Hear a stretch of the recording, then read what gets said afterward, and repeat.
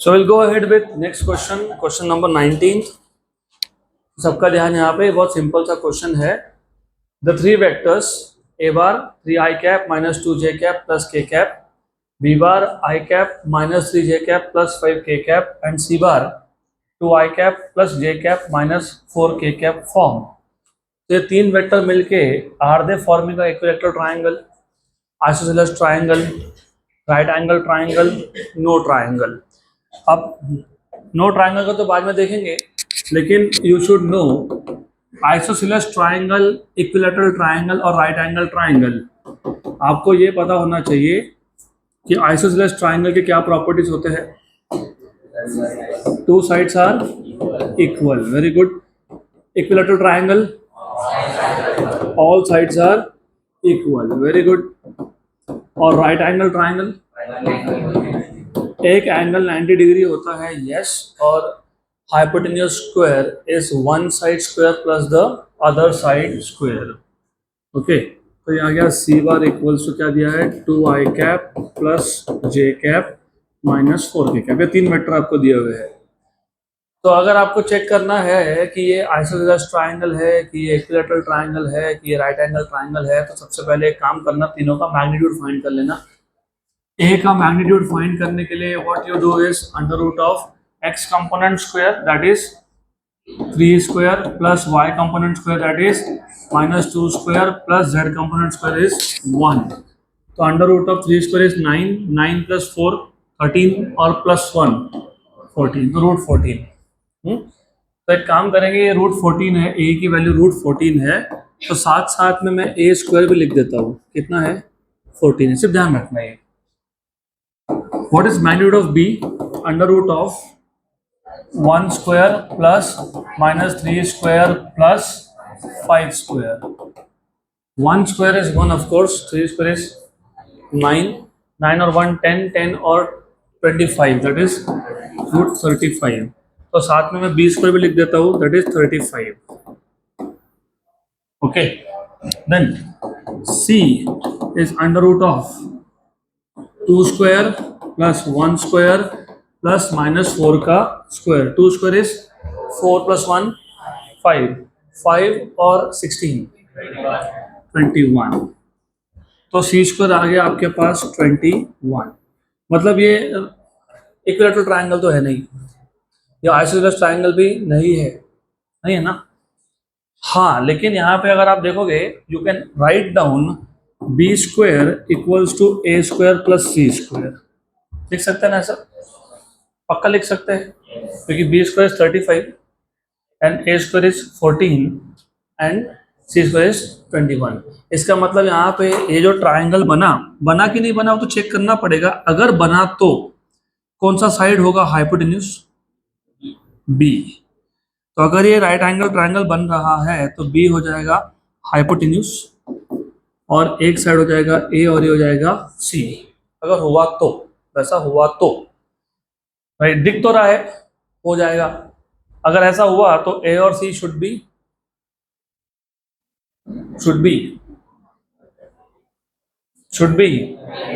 Eight 90 degree, मतलब perpendicular, है ना. और दो परपेंडिकुलर वेक्टर्स का डॉट प्रोडक्ट क्या होता है. मैं क्या बोल रहा हूँ पहले अच्छे से समझ लो. ये आइसोसेलेस है क्या, नहीं, क्योंकि दो साइड सेम नहीं है. ये इक्विलेटरल है क्या, नहीं, क्योंकि तीनों साइड भी सेम नहीं है. जब दो सेम है तो तीसरा सेम कहाँ से होगा. लेकिन डू यू सी कि ऐसा दिख रहा है कि बी हाइपोटेन्यूस है और ए और सी दो अदर साइड्स है, तो b square equals to a square plus c square. हो सकता है कि ये कौन सा ट्राइंगल हो, राइट एंगल हो सकता है. उसको वेरीफाई करने के लिए ए और सी एक दूसरे को क्या है, परपेंडिकुलर.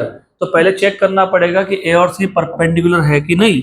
तो चेक कैसे करोगे, ए बार डॉट सी बार क्या आना चाहिए, 0, क्योंकि you should remember for two perpendicular vectors dot product is 0. ये कैसे लिखते हैं, a x c x plus a y c y plus a z c Z.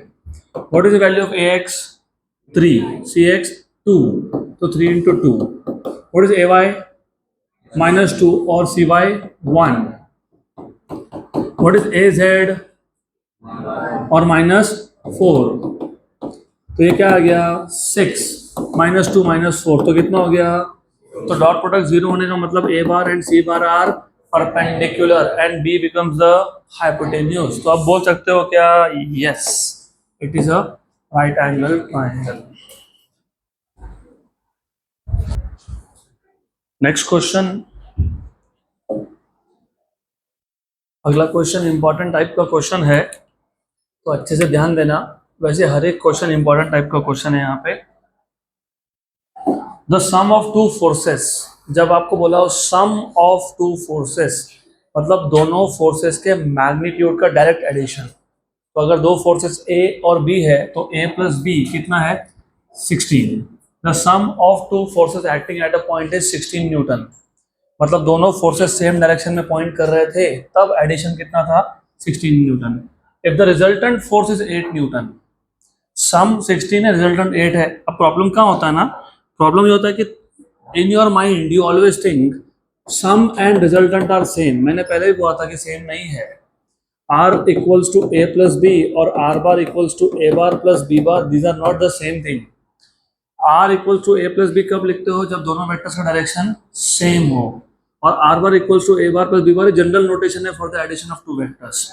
तो इन्होंने ऐसा बोला है कि sum of these two is 16, मतलब a plus b is 16 and resultant is 8। तो रिजल्टेंट मतलब r की वैल्यू कितनी है 8। पर do you remember what is r? Resultant of two vectors का मैग्नीट्यूड क्या था, याद आ रहा है कुछ? Under root of a square plus b square plus 2ab cos theta. तो जो रिजल्टेंट है r उसकी वैल्यू दी हुई है 8, तो r की वैल्यू क्या दी हुई है 8। सम मतलब डायरेक्ट एडिशन कर दिया तो 16 और resultant is 8 and its direction, किसका डायरेक्शन, रिजल्टेंट का direction. So if the resultant force is 8 newton and its direction, resultant का direction is perpendicular to minimum force, then the forces are. हमारे पास यहाँ पे दो फोर्सेस है, एक है ए बार एक है बी बार। अब क्वेश्चन में ये बोला है कि जो रिजल्टेंट है उसका मैग्नीट्यूड 8 है लेकिन रिजल्टेंट का डायरेक्शन क्या है, परपेंडिकुलर है। किसको परपेंडिकुलर है, मिनिमम। तो तुमको पहले अज्यूम करना पड़ेगा ए और बी में से कौन छोटा है, कोई भी मान लो। तो let a is less than b, a is less than b. अगर a is less than b है और ये ए है, ये ए बार है, ये कौन है, ये कौन है, ये ए बार है, कौन है ए बार। मैं बार बार पूछ रहा हूँ मतलब इंपॉर्टेंट है, ये ए बार है, ये स्मॉल वेक्टर है। रिजल्टेंट आर बार किसको परपेंडिकुलर है, स्मॉल को। तो स्मॉल कौन है ए, मतलब रिजल्टेंट इसको परपेंडिकुलर है, ऐसा जाएगा। दिस इज आर बार, सही है, गुड। तो फिर बी बार कहाँ जाएगा, बी बार कहाँ हो सकता है, तुम बताओ कहाँ हो सकता है। यहां से यहां तक, वेरी गुड। ऐसा हो सकता है, हो सकता है, बराबर है, ऐसा हो सकता है, सही बोल रहे हो। लेकिन ऐसा नहीं भी हो सकता है, क्यों नहीं, ऐसा भी तो हो सकता है। ऐसा लिखा तो ट्राइंगल लॉ, ऐसा किया तो पैरेललोग्राम लॉ, क्योंकि ये पैरेललोग्राम बनेगा, दो वेक्टर सेम पॉइंट से स्टार्ट हुए तो डायगोनल, तो ये डायगोनल ही हो गया ना। फिर देखो ये पैरेललोग्राम का डायगोनल हुआ कि नहीं, यस। तो वैसा भी हो सकता है। तो एक्चुअली सेकंड केस आएगा, बताता हूँ क्यों, पहले सॉल्व कर लेंगे बाद में बताता हूँ क्यों।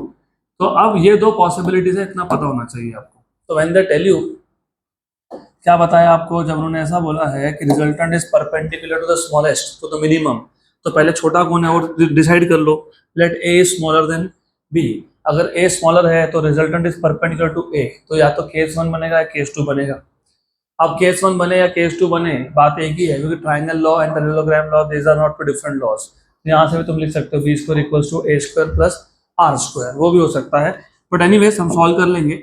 कम से कम तुमको ये तो समझ में आ गया, रिजल्टेंट किसको परपेंडिकुलर है, ए को। तो एंगल कितना है, तुमको याद है पैरेललोग्राम लॉ में हमने पी वेक्टर लिया था पी वेक्टर, और क्या लिया था, क्यू वेक्टर।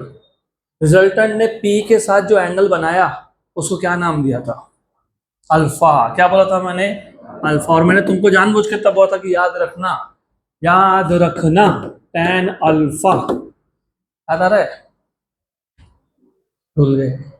भूल गए tan alpha opposite side upon adjacent side, opposite था CD, एडजेसेंट था OD, OD था OA प्लस AD। तो मैंने ये भी बताया था वेक्टर जिसके साथ एंगल बना रहा है, रिजल्टेंट वेक्टर जिसके साथ एंगल बना रहा है, किससे बना रहा है? ए के साथ, वो अकेला आता है डिनोमिनेटर में, है ना। रिजल्टेंट ने जिसके साथ एंगल बनाया वो कैसा आया? अकेला। और जिसके साथ नहीं बनाया वो दो बार आया, एक बार न्यूमरेटर में, एक बार डिनोमिनेटर में। न्यूमरेटर में साइन के साथ आया और इधर, अगर ये ही नहीं याद होगा तो क्वेश्चन सॉल्व ही नहीं होगा। वो याद रखना जरूरी है। Angle made by resultant vector with respect to a, that is tan alpha equals to b sin theta upon a plus b cos theta. लेकिन अल्फा की वैल्यू कितनी है? 90। तो what is tan 90? Not defined. इधर अटक गए ना, अटक गए। इसके लिए इसको ऐसा मत लिखना, इसको लिखना sin alpha by cos alpha. तो ये आ गया b sin theta upon a plus b cos theta. कोई बात नहीं, जहां जहां अटकोगे वहां वहां सोल्यूशन आ जाएगा। अब 90 डालो। What is sin 90? sin 90 zero नहीं होता, 1 होता है। cos 90 जीरो होता है। ओके, तो ये आ गया आपका b sin theta upon a plus b cos theta. आपको क्या फाइंड करना है वो भूलना नहीं, आपको a और b की वैल्यू फाइंड करनी है। क्या करना है? a और b की वैल्यू। ये पूरा मैथमेटिक्स ही है। तो तुमको, चलो आप लोगों ने स्कूल में साइमल्टेनियस इक्वेशन सीखा था क्या? अगर एक इक्वेशन है, दो वेरिएबल्स है, सॉल्व होता है क्या? दो अननोन हो, एक इक्वेशन सॉल्व होता है क्या? नहीं। तो दो अननोन हो तो कितने इक्वेशन चाहिए? कितने चाहिए?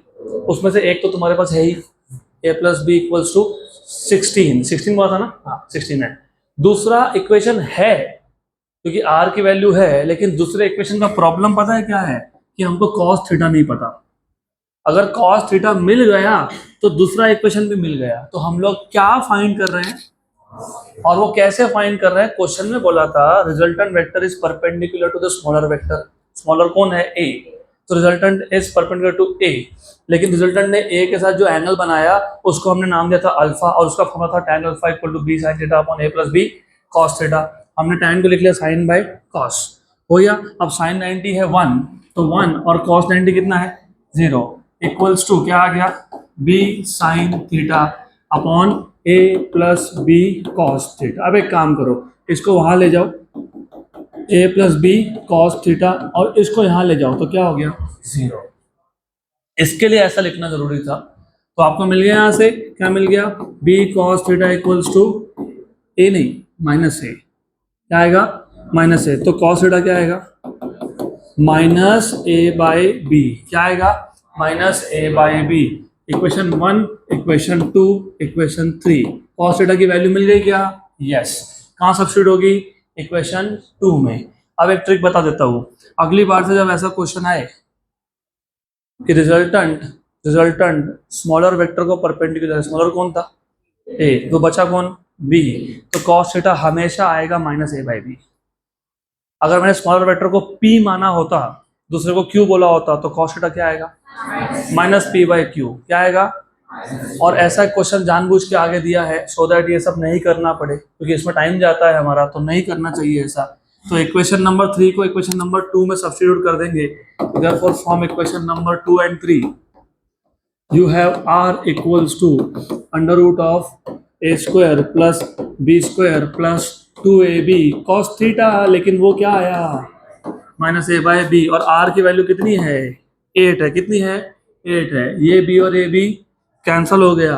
Under root of a square plus b square minus 2a square. तो 8 equals to under root of b square, a square में से 2a स्क्वायर गया तो माइनस a स्क्वायर। बराबर? यहां तक क्लियर? पक्का पक्का। अब इसको कैसे सॉल्व करोगे?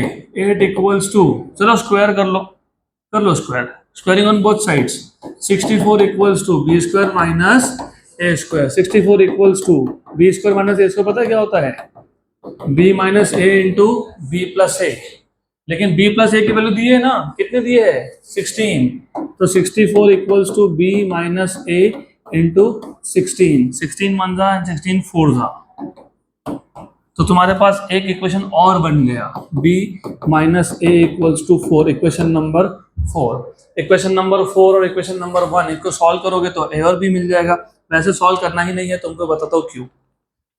दोनों का सम 16 है, दोनों का डिफरेंस 4 है, दोनों का सम 16 है, डिफरेंस 4 है। ऐसे कौन से दो नंबर है जिनका सम तुमको दिख रहा है 16 और डिफरेंस तुमको दिख रहा है 4? 6 एंड 10 हो गया बराबर ना। सम is 6 and 10, 16 difference is 10 minus 6 is 4। यहाँ पे सम 16 डिफरेंस 0 आ रहा है, यहाँ पे सम 16 है डिफरेंस 8 आ रहा है, यहाँ पे सम 16 है डिफरेंस 12 आ रहा है, तो बचा तो एक ही ऑप्शन। वैसे ऑप्शन ए, फिर भी सॉल्व करना है तो कर लो, इक्वेशन 1 को इक्वेशन नंबर 4 से ऐड कर लो तो हो जाएगा solve. Adding equation number 1 and 4, 1 था a प्लस बी और 4 है b minus a plus b था 16, b माइनस a कितना आया 4, कितना आया 4, तो यहाँ पे a कैंसिल हो गया तो 2b इक्वल्स टू 20 हो गया, तो b इक्वल्स टू 10 हो गया, b इक्वल्स टू 10 था तो a plus b equals to 16 था, तो a क्या हो गया 16 माइनस b और b क्या है 10, तो 16 माइनस 10 कितना हो गया 6 ना।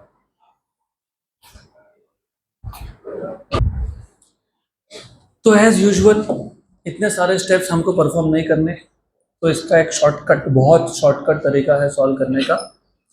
तो बहुत शॉर्टकट के लिए थोड़ा सा आपको इमेजिन करना पड़ेगा। तो let us look at method number 2। अभी ये तुम्हारा लिख के नहीं भी हुआ होगा तो डजंट मैटर। मेथड नंबर 2, थोड़ा सा सिर्फ अब ध्यान दो, फटाफट हो जाएगा ये। आपको बोला है sum of two vectors how much, sum 16, मतलब a प्लस बी कितना है 16। और अगर आपका मैथ्स का बेसिक्स क्लियर होगा, आपको a और b की वैल्यू पूछी है, मतलब आपको दूसरा एक इक्वेशन लगेगा। साइमल्टेनियस इक्वेशन, दो अननोन है तो दो चाहिए होते हैं, नहीं तो सॉल्व नहीं होता है, तो दूसरा एक इक्वेशन चाहिए, बस that's what you need.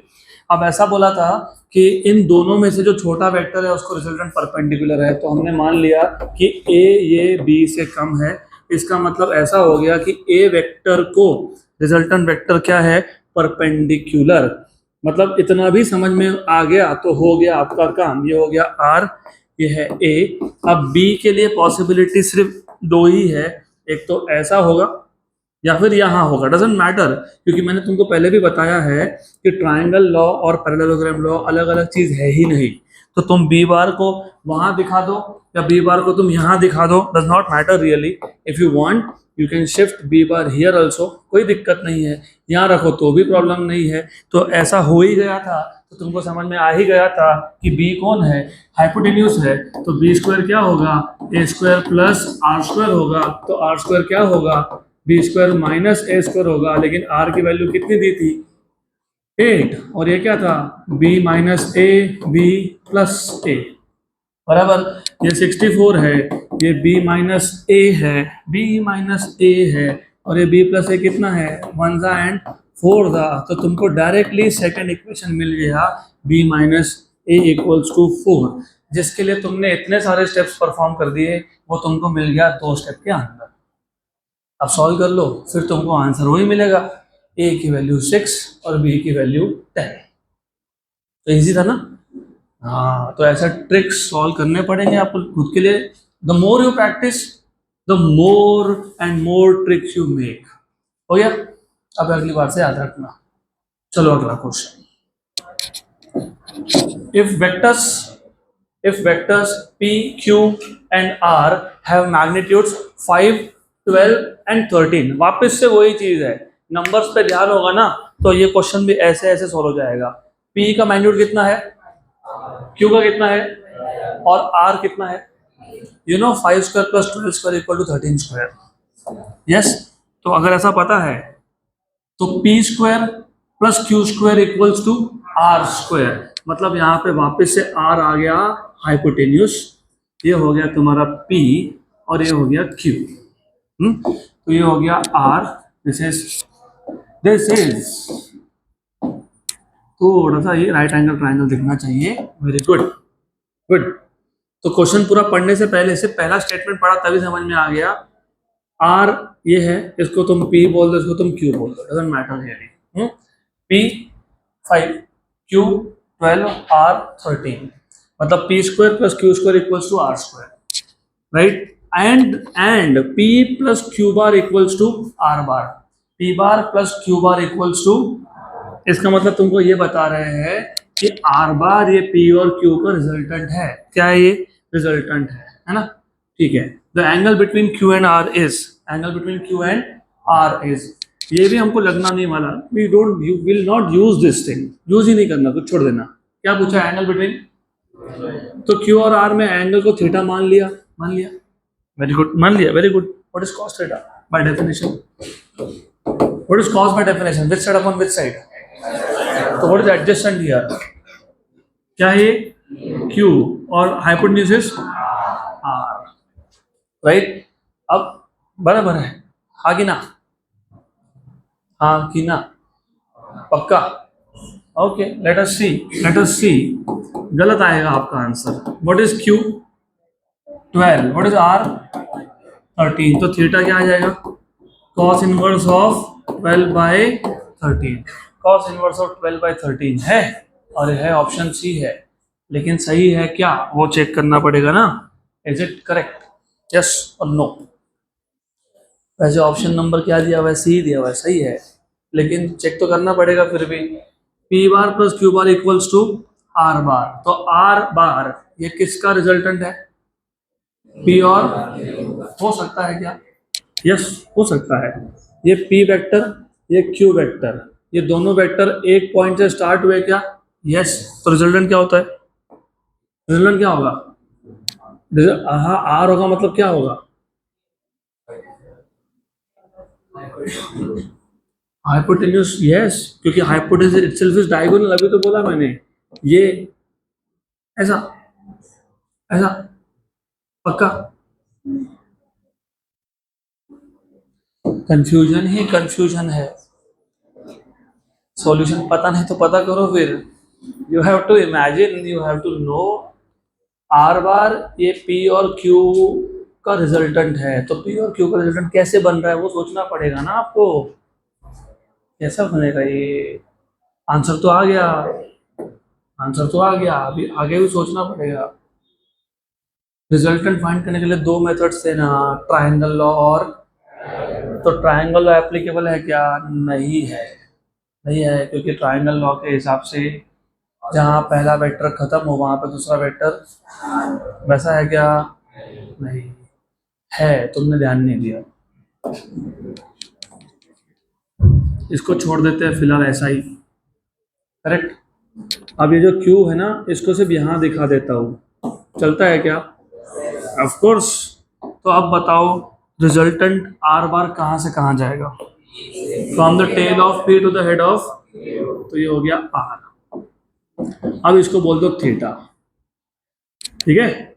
Okay, what is cos theta? Adjacent side upon Q by R, तो cos थीटा इज 12 बाय 13, तो theta is cos inverse of 12 by 13। तो सही था, सिर्फ मैंने ट्राइंगल को ऐसा उल्टा दिखाया था। तो भी वेरीफाई कर लेना, P bar plus Q bar triangle law apply कर सकते हैं, यस, तो करेक्ट है, हो गया option number C.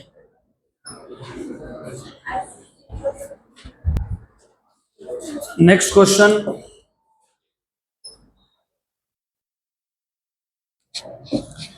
the resultant of two vectors a and b is perpendicular to vector a and its magnitude is equal to half the magnitude of vector b. The angle between a and b is, ये भी simple question है। आपको बोला है resultant of two vectors a and b is perpendicular to vector a, और हमने अभी देखा अगर रिजल्टेंट a को परपेंडिकुलर होगा तो cos थीटा क्या हो जाएगा?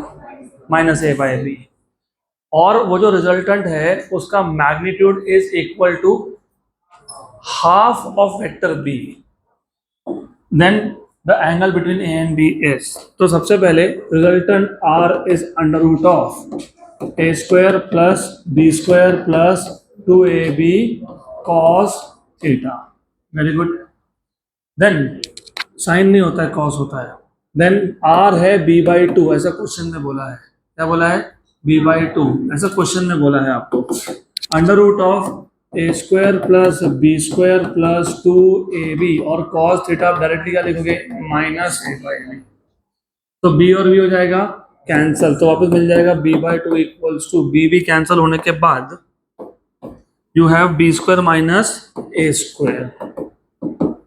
अब squaring on both sides, squaring on both sides you have b square by 4, क्योंकि b/2 का स्क्वायर, ये स्क्वायर रूट गया तो b square minus a square. इसको सॉल्व कर लो, a स्क्वायर को यहाँ लेके आ जाओ, a square equals to b square minus b square by 4। तो a स्क्वायर इक्वल्स टू, एक में से 1/4 गया तो 3/4 बचता है। एक पिज्जा लाया था, दोस्त आया, एक पीस लेके गया, तो तुम्हारे पास कितना बचा? 3/4। वही है ये, एक में से 1/4 गया तो 3/4 बचता है, तो 3/4 b स्क्वायर आएगा ये, 3/4 b स्क्वायर। तो a square by b square कितना आ गया? 3/4। Very good, okay, 3/4, very good. तो अब a बाई बी कितना हो गया? अंडर रूट ऑफ 3/2, वैसे आया ना। अब प्रॉब्लम ये है कि cos थीटा ये क्या है? -a/b, और तुम्हारे पास a/b तो आया, तो -√3/2। तो cos थीटा की वैल्यू कितनी आ गई? -√3/2। अब तुम यहाँ पे आके अटक जाओगे, क्योंकि तुमको ट्रिग्नोमेट्री अभी भी अच्छे से याद नहीं है। तुमको मैंने cos ऑफ 90 तक कुछ भी पूछ लिया तुम बता देते हो। cos 0 1, cos 30 1/2, cos 45 1/√2, cos 60 √3/2, cos 0 is 1, cos 30 is √3/2, cos 45 is 1/√2, cos 60 is 1/2, cos 90 is, वहां तक तो पता है, लेकिन नेगेटिव वैल्यूज cos की तो आई नहीं, क्योंकि पहले क्वाड्रेंट में cos sin tan cot कुछ भी नेगेटिव नहीं होता है। ये नेगेटिव आया, नेगेटिव आया तो cos नेगेटिव सिर्फ सेकंड और थर्ड क्वाड्रेंट में हो सकता है, सेकंड और थर्ड क्वाड्रेंट। मतलब ये जो थीटा की वैल्यू है वो 90 से लेकर 270 के बीच में ही होगी, सेकंड क्वाड्रेंट या फिर third quadrant. Add sugar to coffee. तो याद रखना ये वैल्यू कहाँ से कहाँ तक हो सकती है? 90 से 270। देखो ये सारे के सारे 90 के ऊपर के वैल्यूज है। तो इसको सॉल्व कैसे करेंगे? अब इसको सॉल्व करने के 2-3 मेथड्स है, तो चलो देखते हैं हाउ टू सॉल्व दिस। तो ट्रिग्नोमेट्री का प्रॉब्लम ये है कि आप एक फिक्स माइंडसेट से नहीं सॉल्व कर सकते हो। You can not keep on remembering every time कि कब आई वैल्यू, कुछ नहीं करना, ऐसा करना। ये cos थीटा है ना। अब 2 मेथड है, मैं दोनों में से एक बता देता हूँ आपको, which ever you prefer. Do you remember I have told you what is cos of a minus b? cos a cos b plus sin a sin b। Very good, okay, ठीक है।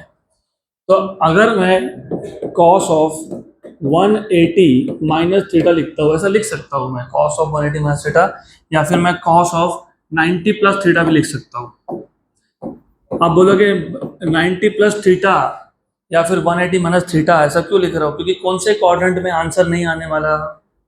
फर्स्ट क्वाड्रेंट, मतलब 90 degree तक तो तुम्हारा answer आने नहीं वाला है, तो तुम्हारा आंसर आएगा 90 के ऊपर। तो इसलिए क्या लिखा? 90 प्लस थीटा या फिर 180 माइनस थीटा। बोलोगे 180 माइनस थीटा क्यों लिखा? 270 भी जा सकता है। तो ऑप्शन देख लो ना, ऑप्शन में 180 के ऊपर दिख रहा है क्या आपको? नहीं दिख रहा ना 180 के ऊपर, तो तुमको 90 से 180 के बीच में चेक करना है। अब कहाँ से कहाँ तक? 90 से 180। कहाँ से कहाँ तक? 90 से। तो best way is to do 90 plus theta. तो ये आ जाएगा व्हाट इज ए वैल्यू। अच्छा, तुमको माइनस करना है तो माइनस कर लो, तुमको प्लस करना है तो प्लस। यहाँ प्लस करोगे तो यहाँ क्या आएगा? हाँ ठीक है, चलो माइनस। तो व्हाट इज ए? 90 ना, तो cos 90। What is b? B theta, तो cos थीटा माइनस sin 90 और sin b, मतलब व्हाट इज cos 90? 0। तो cos ऑफ 90 प्लस थीटा, पहली टर्म क्या हो गई? 0। sin 90 कितना होता है?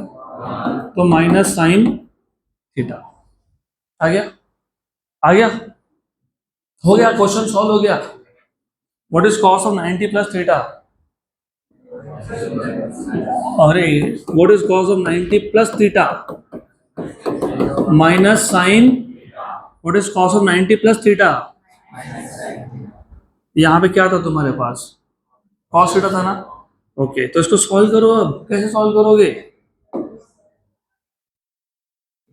फिर वही कंफ्यूजन ही कंफ्यूजन है। Trigonometry, trigonometry. अभी इसको चेंज करके दिया ना, आप इमीडिएटली विल आंसर।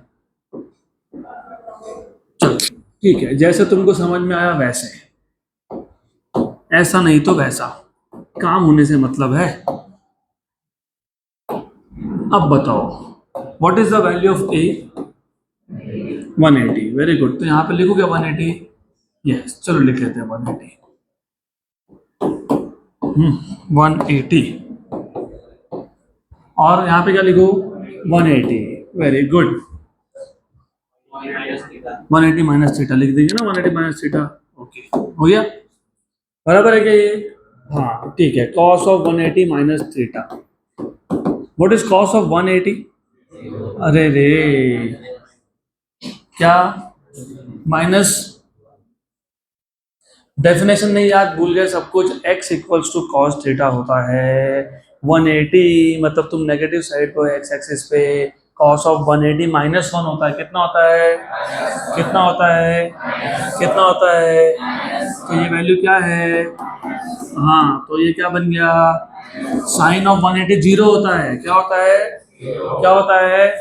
मैं तुमको वही समझा रहा हूँ, तुमको बेसिक्स अगर नहीं याद है ना तो फिर कैसे सॉल्व करोगे? तो what is cos of 180 minus theta? जल्दी बोलो। Minus cos, minus cos. अभी ये जो माइनस है, ये जो माइनस साइन तुम्हारे पास आया राइट हैंड साइड पे, क्या हम इसको इधर लिख सकते हैं क्या? हाँ, फिर माइनस कॉस थीटा मतलब, माइनस कॉस थीटा मतलब कौन? Cos of 180। तो ये माइनस कॉस थीटा को मैं क्या लिखने वाला हूँ? Cos of 180। तो देयरफॉर ये माइनस कॉस थीटा मतलब कौन? कॉस ऑफ 180 इक्वल टू क्या लिखेंगे? √3/2। अब मेरे को अच्छे से बताओ, घाई नहीं। √3/2 कॉस की वैल्यू कौन से एंगल पे आती है? 30। पक्का 30 क्या? 100%। तो इसको cos 30 लिखे क्या? चलेगा क्या? cos cos कैंसिल हो गया क्या? तो 180 माइनस थीटा कितना आ गया? थीटा वहाँ गया क्या? पॉजिटिव हो गया क्या? 30 यहाँ आया क्या? नेगेटिव होगा क्या? तो 180 में से 30 गया तो कितना होगा? तो 150 ऑप्शन बी में है ना? हाँ।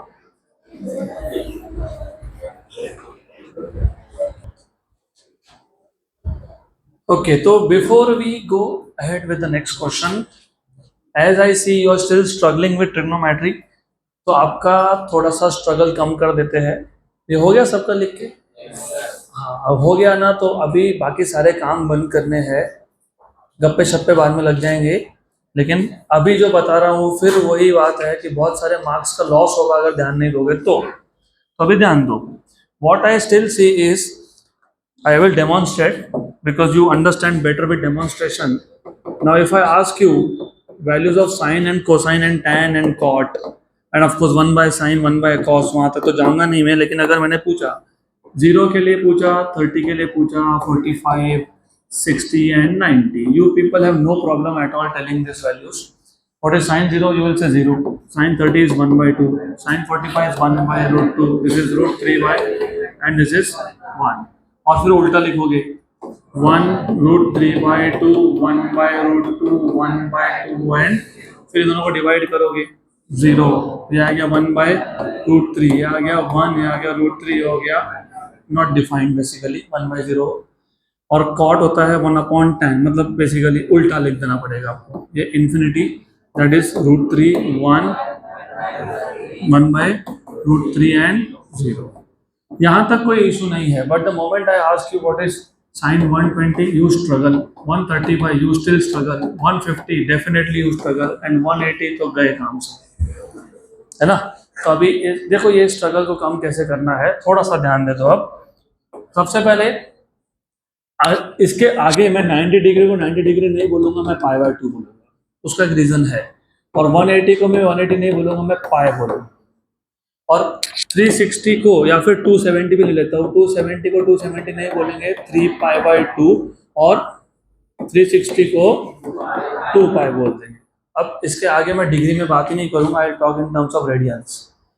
अब जो मैं बोल रहा हूँ बहुत अच्छे से सुन लो, जब तुम्हारे पास 90 से लेके 180 के बीच में एंगल हो, तो आपके पास अब दो तरीके हैं उसकी वैल्यू फाइंड करने के लिए।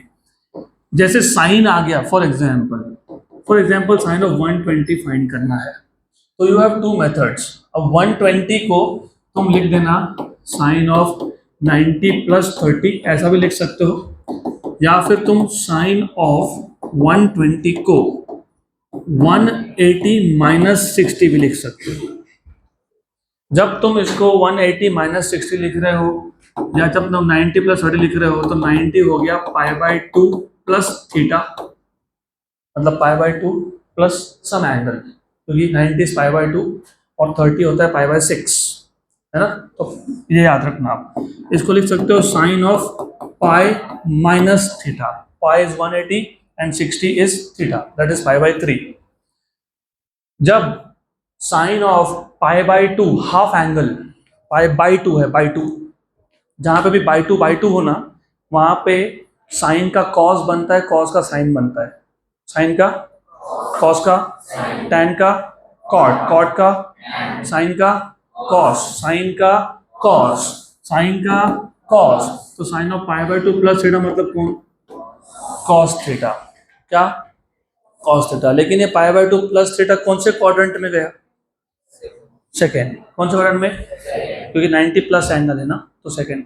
Add sugar to coffee, second quadrant में कौन पॉजिटिव था, ओरिजिनल फंक्शन साइन था, कौन था, कौन था, तो इसको प्लस ही रखना पड़ेगा, नहीं तो तुम सोचो कि सेकेंड क्वाड्रेंट में तो कॉस नेगेटिव होता है, और तुम्हारा ओरिजिनल फंक्शन कौन है, कौन है, कौन है, वेरी गुड। अब देखो आइडियली स्पीकिंग ये sine of pi by 2 plus 30, theta की वैल्यू क्या हो गई 30, what is cos 30, what is cos 30, √3/2, तो साइन 120 इज आल्सो √3/2,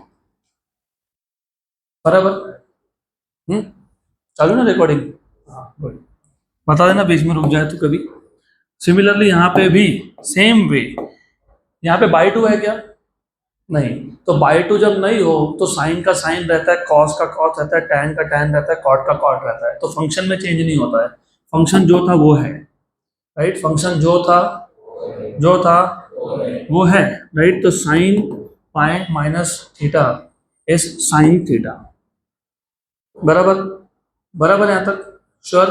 लेकिन सेकंड क्वाड्रेंट में हो, साइन क्या था, पॉजिटिव, तो ओरिजिनल फंक्शन क्या है, पॉजिटिव, तो ये भी क्या आएगा, पक्का आएगा, श्योर, 100%। तो यहाँ पे थीटा की वैल्यू क्या है, 60, क्या है, व्हाट इज साइन 60, √3/, तो √3/2 ही तो आया कि नहीं, sine of 120, sine of 180 minus 60, मतलब sine of pi by theta, sine theta, तो साइन थीटा, थीटा कौन है 60, तो sine 120 and sine 60 are same, sine 120 and sine 60 are same, याद रहेगा पक्का। अब what will be sine of 135, दोनों मेथड से यू डिसाइड, पहले क्या करेंगे, 90 से जाना है तो 90 से जाओ, 180 से जाना है तो 180 से जाओ, तुम्हारी मर्जी है, क्या करे पहले 90, तो साइन ऑफ 90 प्लस 45, 90 प्लस 45 मतलब sine of pi by 2 plus theta वाला केस हो गया, pi by 2 plus theta second quadrant में हो और पाई बाय 2 लिखा है, तो साइन का कौन बनेगा, कॉस। लेकिन साइन सेकंड क्वाड्रेंट में पॉजिटिव है, तो कॉस भी क्या लिखेंगे, positive, cos of theta, theta कितना है, व्हाट इज कॉस 45, 1/, तो इधर भी आ गया 1/√2, हो गया। आपको सेकंड मेथड चेक करना है वो भी कर लो, कोई प्रॉब्लम नहीं है। You can write down sine of 135 as sine of 180 minus 45। तो साइन ऑफ 180 माइनस 45 मतलब sine of pi minus theta. Sine of pi by 2 है क्या ये? तो साइन का क्या रहेगा? साइन। और क्वाड्रेंट कौन सा है? सेकेंड। सेकेंड क्वाड्रेंट में साइन क्या होता है? पॉजिटिव। तो पॉजिटिव। तो थीटा कितना है? 45। What is sine 45? 1/√2 ही तो आया था, आया था ना ऐसा? पक्का पक्का? Sure sure? Do you notice? 0 half 1/√2 √3/2 1 √3/2 1/√2 अगला नंबर कौन आएगा? और क्या होगा? तो ये साइन साइकिल ऐसा चलता है। साइन हाँ कॉस के लिए सेम होगा, मैं ऐसा नहीं बोल रहा हूँ। अभी कॉस का भी देख लेते हैं। कॉस ऑफ 120 हो, उसके बिना नहीं होगी अगले क्वेश्चन सॉल्व। तुमको जब ये नहीं पता तो वेक्टर से क्वेश्चन सॉल्व नहीं होते हैं। तो इसको भी तुम कॉस ऑफ 90 प्लस थीटा लिख सकते हो, मतलब 90 प्लस 30 लिख सकते हो। कॉस ऑफ 90 प्लस 30 मतलब कॉस ऑफ π/2 प्लस थीटा। π/2 है तो कॉस का क्या बनेगा? साइन बनेगा। तो साइन थीटा। लेकिन ये सेकेंड क्वाड्रेंट था, सेकेंड क्वाड्रेंट में कॉस पॉजिटिव था क्या? नहीं, तो माइनस लगेगा क्योंकि ओरिजिनल फंक्शन पॉजिटिव नहीं था। ओरिजिनल फंक्शन कॉस है, साइन नहीं है। कौन है? कौन है? कौन है? वो स्मार्ट वॉच नहीं, इधर ध्यान दो। Minus sine theta. What is theta? 30। What is sign 30? 1/2। तो माइनस 1/2। तो इधर आप लिखोगे, यहाँ लिखोगे -1/2।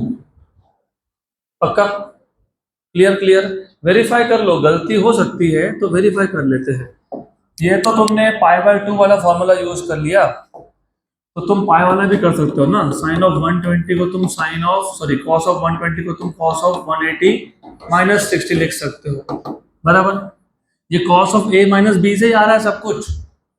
ये जो मैं तुमको फॉर्मूला बता रहा हूँ, sine of 90 plus theta cos theta, cos of 90 plus theta minus sine theta, sine of 180 minus theta sine theta, cos of 180 minus theta minus cos theta. ये सारा का सारा तुम्हारा sine a plus b sine a minus b cos a plus b cos a minus b से ही आ रहा है ये। तो this is cos of pi minus theta. सही है क्या? π/2 है क्या? नहीं। तो कॉस का क्या रहेगा? कॉस। तो कॉस थीटा। लेकिन क्वाड्रेंट कौन सा था? तो क्या लिखोगे? क्योंकि कॉस क्या था वहां पे? नेगेटिव। कंपेयर करो, minus cos 60। What is cos 60? 1/2। तो माइनस 1/2 माइनस 1/2 दोनों में से क्या आ गया? सेम आ गया। आ गया। अब एक लास्ट वेरिफिकेशन करेंगे क्योंकि हमको 150 आंसर चाहिए था और तुम वहीं पे अटक गए थे, ना यहाँ पे। अब प्रॉब्लम क्या था ना कि तुमको सिर्फ cos थीटा इक्वल्स टू -√3/2, इसको ये सॉल्व नहीं करते हैं। अब इसको सॉल्व कैसे करते हैं फिर? तो चेक, अगर मेरे पास cos ऑफ 150 है तो मैं इसको या तो cos ऑफ 90 प्लस 60 लिखूंगा। अगर ऐसा लिखूंगा तो ये π/2 ये थीटा है, तो cos का क्या बन जाएगा? साइन, और साथ में sine minus. What is sine 60? तो हो गया ना, cos ऑफ 150 -√3/2 आ गया। पक्का? तो अब याद रहेगा क्या? याद रहेगा। तो जहां पे /2 हो, π/2 हो, साइन का क्या बनता है? कॉस का क्या बनता है? Very good. और जहां पे /2 नहीं हो, एज इट इज, सिर्फ फिर चेक करना पड़ेगा क्वाड्रेंट कौन सा है। One last cross check, sine of π/2 plus theta, sine of π/2 plus theta, second quadrant. π/2 था तो साइन का क्या बन गया? और सेकेंड क्वाड्रेंट में ओरिजिनल फंक्शन साइन क्या होता है? पॉजिटिव। तो sine of π/2 plus theta is plus cos theta, plus cos theta. Sine of 3π/2 plus theta, fourth quadrant, और 3π/2 है तो साइन का क्या बनेगा? Cos, right. तो sine of 3π/2 plus theta is cos theta, लेकिन क्वाड्रेंट कौन सा है? साइन पॉजिटिव होता है क्या? तो माइनस कॉस थीटा। क्या लिखोगे? तो what is sine of 3π/2 plus theta minus cos theta, minus cos. Very good. अब 3π/2 प्लस थीटा मतलब 270 डिग्री से 360 के बीच में, मतलब फोर्थ क्वाड्रेंट। इसको मैं उल्टा भी लिख सकता था ना, आपने 3π/2 प्लस थीटा लिखा, मतलब क्या लिखा, 270 प्लस सम एंगल, ऐसा लिखा ना। मैं उल्टा लिख दूंगा 360 माइनस सम एंगल, मतलब मैं क्या लिखूंगा 2π माइनस थीटा, बराबर, पक्का। तो साइन ऑफ 2π माइनस थीटा लिखोगे, 2π/2 है क्या इधर, तो साइन का क्या रहेगा, साइन रहेगा, बराबर।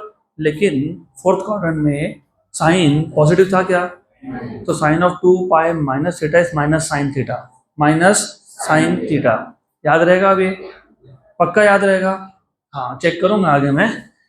तो अभी आगे अगले क्वेश्चन पे, the resultant of P bar and Q bar, resultant of P bar and Q bar is perpendicular to P bar, resultant P को परपेंडिकुलर है, what is the angle between P and Q, resultant अगर A को perpendicular था तो angle cos theta क्या था, minus A by B. यहाँ पर रिजल्टेंट किसको परपेंडिकुलर है, पी को, तो कॉस थीटा क्या बनेगा, माइनस पी बाई क्यू, तो थीटा क्या आएगा, cos inverse of minus P by Q, कहाँ है, खत्म। चलो आगे नेक्स्ट क्वेश्चन, हो गया, पक्का, good. What if resultant is perpendicular to Q bar, minus Q by P, a plane is revolving around the earth with a speed of 100 km per hour at constant height, एक plane है वो एक constant height पे अर्थ के चक्कर लगा रहा है, कितने स्पीड से, 100 kilometre per hour. The change in the velocity as it travels half circles, change in velocity as it travels half circle. अब यहाँ पे भी दो मेथड है, तो मैं आपको दोनों मेथड बता देता हूँ, लेकिन अच्छे से ध्यान दो, इट इज वेरी इंपॉर्टेंट, अच्छे से ध्यान दो, एकदम अच्छे से। मेथड 1 ऑफ कोर्स सिंपल है, लेकिन मेथड 1 सिर्फ एक ही केस पे एप्लीकेबल होता है, बताता हूँ कौन सा केस। सपोज ये प्लेन है, प्लेन चक्कर लगा रहा है, राइट, प्लेन यहाँ पे था, तो मैंने आपको बताया भी था, क्या बताया था, याद है क्या, हाँ याद है, tangential, whenever any particle performs circular motion the velocity is always tangential, direction of velocity is always tangent। तो मान लो प्लेन जब ए पॉइंट पे था तो वेलोसिटी कहाँ पॉइंट कर रहा है, ऊपर, अब वो घूम फिर के यहाँ आ गया, बी पे आ गया, तो वेलोसिटी कहाँ पॉइंट कर रहा है, नीचे, राइट, बराबर। डू यू रिमेम्बर मैंने बोला था कि जब स्पीड की वैल्यू सेम हो, क्योंकि कांस्टेंट स्पीड है, लेकिन सिर्फ डायरेक्शन वेलोसिटी का उल्टा हो जाए, कितना हो जाए, what is the total change, double of initial value, initial कितनी थी 100, उसका डबल कितना, ऑप्शन ए। ये मेथड 1। रुको रुको, और दो मेथड है, रुको रुको रुको, घाई नहीं, ये बराबर, ये तो तुमको डायरेक्ट ट्रिक हो गया, जब आधा राउंड हुआ तो वेलोसिटी का डायरेक्शन रिवर्स हो गया, वेलोसिटी का डायरेक्शन रिवर्स हुआ है, मैग्नीट्यूड नहीं, मैग्नीट्यूड सेम है, तो change is double of the initial value, वो तो हो गया। लेकिन अगर मैंने बोला कि नहीं मेरे को तुम मैथमेटिकली सॉल्व करके बताओ, तो इसको v1 वेक्टर बोल देंगे, स्पीड का v ऊपर देख रहा है मतलब j कैप, और यहाँ पे आने के बाद v2 वेक्टर, स्पीड तो अभी भी v है लेकिन नीचे देख रहा है minus j cap. What is change in velocity, final velocity minus initial, what is final, minus V J cap, what is initial, V J cap, तो माइनस और माइनस दो बार हो गया, माइनस 2v जे कैप। तो मुझे सिर्फ अगर मैग्नीट्यूड चाहिए, मैग्नीट्यूड मतलब मॉड वैल्यू, मैग्नीट्यूड मतलब क्या, मॉड वैल्यू में तुम ना डायरेक्शन लिखते हो ना तुम माइनस लिखते हो, तो क्या आएगा, और v की वैल्यू क्या थी 100, तो आंसर क्या आ गया, तो यहाँ से भी 200 आ गया, आंसर तो सही है, कोई प्रॉब्लम नहीं है। प्रॉब्लम होता है अगर तुमको हाफ सर्कल नहीं बोला हो, यहाँ से प्रॉब्लम चालू हो जाएगा। अब अगर मैंने बोला कि प्लेन ने 1 क्वार्टर सर्कल कंप्लीट किया, 1 क्वार्टर, या फिर 30 डिग्री एंगल कवर किया, या फिर 60 डिग्री एंगल कवर किया, ऐसे केसेस में दिक्कत होती है, और ऐसे टाइप के बहुत सारे क्वेश्चंस आते हैं। जैसे अभी प्लेन का है वैसे आगे घड़ी के कांटे का भी आएगा, second hand of a clock, second hand पे तो क्या कर रहा है, घूम रहा है, मतलब क्या कर रहा है, सर्कुलर मोशन परफॉर्म कर रहा है, बराबर। जो मैथ्स में बता रहा हूँ ना अभी, अगर नहीं समझा गए, सपोज पहले यहां था, ऑब्जेक्ट है, प्लेन है, घड़ी का कांटा है, जो भी है, सर्कुलर मोशन परफॉर्म कर रहा है, पहले वो ए पे था, स्पीड था v, तो डेफिनेटली वेलोसिटी एट ए का मैग्नीट्यूड कितना है, v, स्पीड v है, राइट। अब हुआ ऐसा, इसके रेडियस वेक्टर ने, क्योंकि ये घूम रहा है, तो ए से कहाँ आ गया ये, बी पे, कहाँ आ गया ये, बी पे। तो वेलोसिटी हमेशा क्या होता है, टेंजेंशियल, तो यहाँ पे वेलोसिटी कहाँ पॉइंट कर रहा है, टेंजेंशियल। तो इफ यू सी, स्पीड तो सेम है लेकिन डायरेक्शन क्या हो गया, वेलोसिटी वेक्टर है, उसका मैग्नीट्यूड चेंज करोगे तो भी वो चेंज होने वाला है, उसका डायरेक्शन चेंज करोगे फिर भी वो। और ए से बी आने में, ए से बी आने में रेडियस ने कितना एंगल बना लिया, थीटा, कितना बना लिया, वेरी गुड। आपको पूछा था what is the change in velocity of a particle going from A to B, what is the change in velocity of particle going from, speed same है, स्पीड क्या है, स्पीड क्या है, लेकिन वेलोसिटी चेंज हो रहा है because of change in, because of change in, तुमको क्या फाइंड करना है, चेंज इन स्पीड, क्या फाइंड करना है, लेकिन change in speed, change in velocity का क्या होता है, मॉड, मतलब मैग्नीट्यूड। मतलब तुमको चेंज इन स्पीड भी पूछा हो तो पहले क्या फाइंड करोगे, चेंज इन वेलोसिटी, फिर इसका क्या लोगे। तो अभी चेंज इन वेलोसिटी फाइंड कैसे करते हैं, ये वेक्टर है ना, तुमको याद है कि वेक्टर को तुम जहां चाहो वहां रख दो, सिर्फ डायरेक्शन और मैग्नीट्यूड चेंज नहीं करना, यहां से उठाया यहां रख दिया, चलता है क्या, यस चलता है, ऑफ कोर्स चलता है। ओके, तो ये कौन है, ये कौन है, बी ए है, ये कौन है, और ये कौन है, वेरी गुड। तो अभी याद रखना है, इसको याद रखना, बाकी सबको छोड़ दो, फिलहाल से वी ए और वी बी पे फोकस करो। तो ये है आपका वी बी और ये है आपका, और आपको पता है ए से बी जाने में इतना चेंज हुआ, कितना चेंज हुआ, इतना, किसमें चेंज हुआ, वेलोसिटी में। तो ये कौन है, डेल्टा वी, कौन है ये, वेरी गुड, वो डेल्टा वी है, याद रहेगा ना ये, हाँ वो डेल्टा वी है। आपको पता है अगर मेरे पास दो लाइंस है, लाइन नंबर 1, लाइन नंबर 2, इसमें एंगल थीटा है, कितना है, कितना है, मैं लाइन नंबर 1 को एक लाइन परपेंडिकुलर ड्रॉ कर देता हूँ और लाइन नंबर 2 को भी एक लाइन परपेंडिकुलर ड्रॉ कर देता हूँ, ठीक, इसको 3 बोल देता हूँ, इसको 4 बोल देता हूँ। अगर 1 और 2 में एंगल थीटा है और 3 और 4, 3 किसको परपेंडिकुलर है, 1 को, और 4 किसको है, तो 3 और 4 में भी एंगल थीटा बनता है, कितना बनता है, तो if angle between two lines is theta, then the angle between two other lines which are perpendicular to these two lines is also तो ये भी कितना है, आगे ध्यान में आता, पक्का, श्योर, 100%, गुड। अब एक तीर में बहुत निशाने लगेंगे, यहाँ पे फॉर्मूला बना लो एक बार का, फिर तो क्या, एक क्वेश्चन आया, बहुत सारे क्वेश्चन सॉल्व कर लिए। अब ये ट्राइंगल देखो, ऐसा कुछ दिखेगा तुमको, वी बी बी ए और डेल्टा वी, दिख रहा है कैसा, ये कौन है, ये कौन है, ये कौन है, वेरी गुड, बराबर।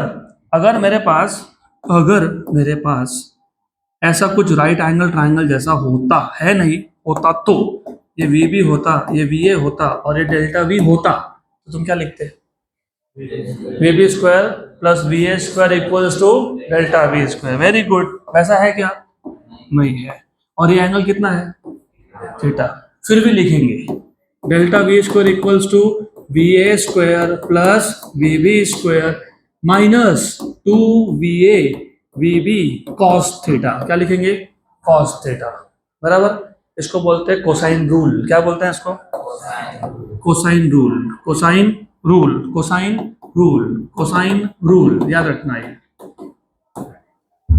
अगर राइट एंगल ट्राइंगल होता ही तो थीटा कितना बन जाता, 90, कितना बनता, व्हाट इज cos 90, cos 90 0, तो तीसरा टर्म गायब हो गया ना, तो पाइथागोरस थ्योरम ही बन गया ना वो, delta we square equal to V A square plus, अगर 90 होता, थीटा की वैल्यू 90 होती तो cos 90 वैसे भी क्या होता, 0, तो रूल क्या बन जाता, Pythagoras theorem, delta we square equal to V A square plus V B square. मतलब बेसिकली पाइथागोरस थ्योरम इसका स्पेशल केस है फॉर एंगल इक्वल टू 90। तो पाइथागोरस थ्योरम का पूरा पिक्चर ये है, पूरा फॉर्म ये है, ऐसा बोल सकते हो तुम, बराबर ऐसा 100%। अब delta we square equal to V A की वैल्यू कितनी थी, वी बी की वैल्यू भी कितनी थी, तो v square plus v square minus 2v into v, मतलब v square cos theta.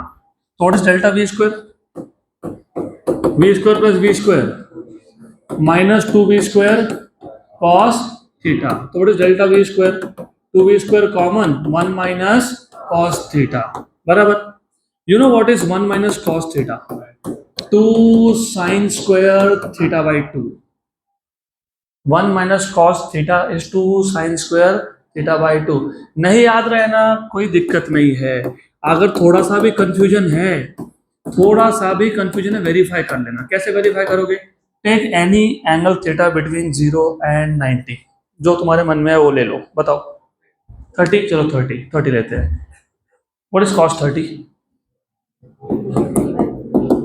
What is cos 30 की वैल्यू, हाँ √3/2। चलो 60 लेते हैं, या फिर √3/2 कैलकुलेट करते बैठना पड़ेगा। 60, व्हाट इज कॉस 60, 1/2। तो 1 माइनस 1/2 तो कितना हो गया, 1/2। अभी राइट हैंड साइड चेक करो, तुमने एंगल कितना लिया था, 60 लिया था, हाँ कितना लिया था 60, तो 2 साइन स्क्वायर 60/2, बराबर क्या, right. What is 60/2, 30। What is sign 30,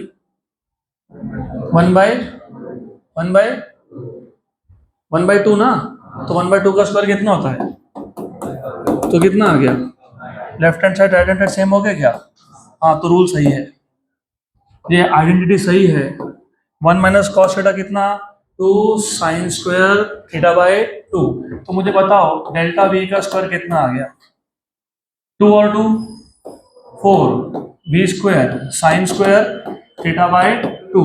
तो डेल्टा वी कितना है, अंडर रूट मतलब 4 का रूट 2, वी स्क्वायर का रूट साइन स्क्वायर का रूट साइन, तो 2v साइन थीटा बाई 2। तो जब यूनिफॉर्म सर्कुलर मोशन हो, यूनिफॉर्म सर्कुलर मोशन में स्पीड नहीं चेंज होता है, सिर्फ डायरेक्शन चेंज होता है। क्या नहीं चेंज होता है, और क्या चेंज होता है, क्या नहीं चेंज होता है, क्या चेंज होता है, अच्छा। तो उस केस में ना ऑब्जेक्ट पार्टिकल प्लेन घड़ी का कांटा एक जगह से दूसरी जगह पे जाए तो उसका वेलोसिटी का चेंज का मैग्नीट्यूड कितना होता है, 2v sine theta by 2, 2v sine theta by 2। एक तीर में बहुत सारे निशान लगेंगे, तुम्हारे पास जो क्वेश्चन था उसमें प्लेन ने कितना सर्कल कंप्लीट किया, हाफ, मतलब एंगल कितना बना 180, कितना बना, तो 2v की वैल्यू कितनी थी 100, कितनी थी, कितनी थी, और ये कितना है, what is 180/2, 90। What is sign 90, 1। तो what is the answer, 200 kilometre पर। अब ये ज्यादा ज्यादा इंपॉर्टेंट है क्योंकि अगर मैंने बोला होता कि 1/4 ऑफ अ सर्कल, अरे तो हाफ सर्कल के तो तुम डायरेक्ट भी कर पाए, लेकिन इधर मैंने क्वेश्चन चेंज करके बोल दिया होता 1/4 ऑफ सर्कल, मतलब ए से कहां तक आया होता, सी तक, कितना एंगल बना होता 90, कितना बना होता। अभी नहीं कर पाओगे इस मेथड से, इससे नहीं कर पाओगे तो इससे कर लो फिर, sine 90, 90/2, what is 90/2, 40, what is sine 45, 1/√2, तो 200/√2, 200 तो 200/√2 कितना होता है, 2 इंटू 100/√2, इसको √2 इंटू √2 लिखूंगा तो कितना हो गया 100√2, कितना हो गया। तो ये जो फॉर्मूला है ये भी वही काम कर रहा है, लेकिन ये किसी भी एंगल के लिए यूज होता है, हुआ क्लियर, पक्का। अब ये पूरा डेरिवेशन तुमको याद है नहीं याद है, डज नॉट मैटर रियली, बस ये याद होना चाहिए, याद रहेगा। कब अप्लाई करोगे, जब स्पीड सेम है, सिर्फ डायरेक्शन चेंज हो रहा है, speed is same. Next question, अगला क्वेश्चन हो गया ना ये, two forces 3 Newton and 2 Newton are at angle theta such that the resultant is R. दो फोर्सेस है, एक को A बोल देता हूँ 3 न्यूटन, दूसरे को B बोल दिया 2 न्यूटन, दोनों में एंगल कितना है थीटा और रिजल्टेंट कितना है R. तो फर्स्ट फोर्स मतलब A is now increase to 6 newton, तो 3 से उसकी वैल्यू कर दी 6. The resultant becomes 2R. मतलब सेकेंड वेक्टर का वैल्यू चेंज किया गया नहीं. The value of theta is. तो ऐसे क्वेश्चन में दो केसेस बना लेना, केस 1 केस 2. केस 1 में A की वैल्यू दी हुई है 3 न्यूटन और B की वैल्यू है 2 Newton. Resultant R1 is R. Case 2 में A डैश क्योंकि हमने वैल्यू चेंज की ना, तो 6 न्यूटन और B की वैल्यू सेम है 2 न्यूटन और R2 की वैल्यू कितनी है 2R. आपको सिर्फ इतना बोला है कि A का मैग्नीट्यूड डबल किया, 3 का क्या कर दिया 6. देखो दो वेक्टर्स थे, ये वेक्टर A है और ये वेक्टर B है, दोनों में एंगल कितना है थीटा. A का वैल्यू कितना है, B का कितना है 2. अब बोला है कि हमने सिर्फ A का मैग्नीट्यूड डबल कर दिया, एंगल चेंज किया. हाँ, तो दोनों केस में एंगल क्या लेंगे सेम. गुड. तो एंगल सेम है, यहाँ पे थीटा वहां भी theta. Do you remember what is the formula for resultant? Under root of a square plus b square plus 2ab cos theta. ये जनरल फॉर्मूला है, ये यहाँ भी यूज होगा, ये वहां भी यूज होगा. तो r equals to under root of a square मतलब 3 square plus 2 square plus 2 into 3 into 2 cos theta. तो r equals to under root of 9 plus 4 plus 12, 2 into 3 into 2, 6 into 2 12 cos theta. तो r equals to कितना, अरे बाप रे 25. Yes, 13 plus 12 cos theta. इधर कहाँ cos theta है, 13 cos theta plus 12 cos theta होता तो 25 कॉस थीटा लिखते. ये दो के साथ कॉस थीटा है क्या, हाँ तो उसको उधर ऐड मत कर देना. Oh very good. इधर रिजल्टेंट कितना है 2R, इधर कितना था वहां कितना है under root of a dash square what is a 6, what is b 2 plus 2 into 6 into 2 into, तो ये आ गया 2R equals to under root of 36 plus 4 plus 24 cos theta. तो ये आ गया 2R equals to 40 plus 24 cos theta. Equation number 2. Equation number 1 क्या चाहिए था, थीटा चाहिए ना. इन दोनों को डिवाइड कर दो. Divide equation 2 by equation 1. तो 2R by R equals to under root upon under root क्या है 40 प्लस 24 कॉस थीटा. इधर क्या था 13 plus 12 cos theta. 13. Very good. हाँ ठीक है, 13 कर लेता हूँ, कोई बात नहीं. 13 है ना 13. ओके.